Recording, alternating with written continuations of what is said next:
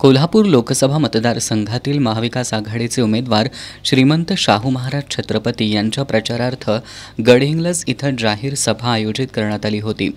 या प्रसंगी बोलताना आमदार भास्कर जाधव यांनी या निवडणुकीत ईव्हीएमचा धोका कायम असल्याचं सांगितलं। पंतप्रधान नरेंद्र मोदी हे आपल्या भाषणात विकासावर बोलण्याऐवजी फेकाफेकीच जास्त करत असल्याची खोचक टीकाही त्यांनी केली। लोकसभा निवडणुकीच्या पहिल्या 2 टप्प्यात 190 जागांसाठी मतदान झालंय।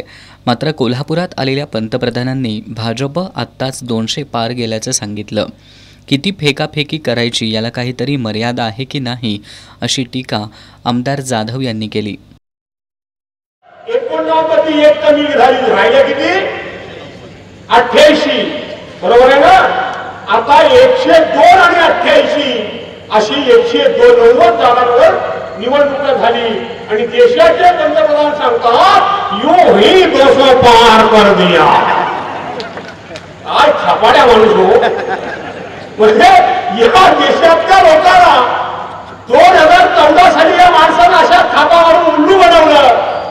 हा माणूस त्याच अहंकारामध्ये, त्याच मस्तीमध्ये आणि त्याच घमेंडीमध्ये वावरतोय की 2014 साली आम्ही देशाच्या जनतेला उल्लू बनवलं, विश्वासघात केला, फसवला, थापा मारल्या, त्या थाटाला हा देश बळी पडला। आज सुद्धा हा देश पुन्हा बळी पडेल। पडणार आहात तुम्ही? बळी पडणार आहात का? आमदार सतेज पाटील यांनी तुमची अस्मिता स्वाभिमान जपायचा असेल तर श्रीमंत शाहू महाराज छत्रपती हे एकच उत्तर असल्याचं सांगितलं।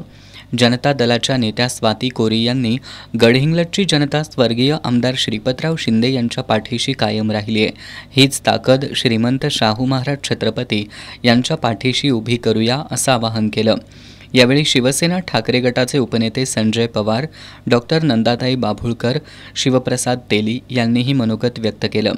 यावेळी शिवसेना ठाकरे गटाचे जिल्हाप्रमुख सुनील शिंदे, विनायक पाटील, रामराजे कुपेकर, संग्रामसिंह नलवडे, किसन कुऱ्हाडे, नितीन पाटील, सोमनाथ आरबोले, अमर चव्हाण, शिवाजीराव खोत, संजय चव्हाण, गिरिजादेवी शिंदे नेसरीकर आदी उपस्थित होते।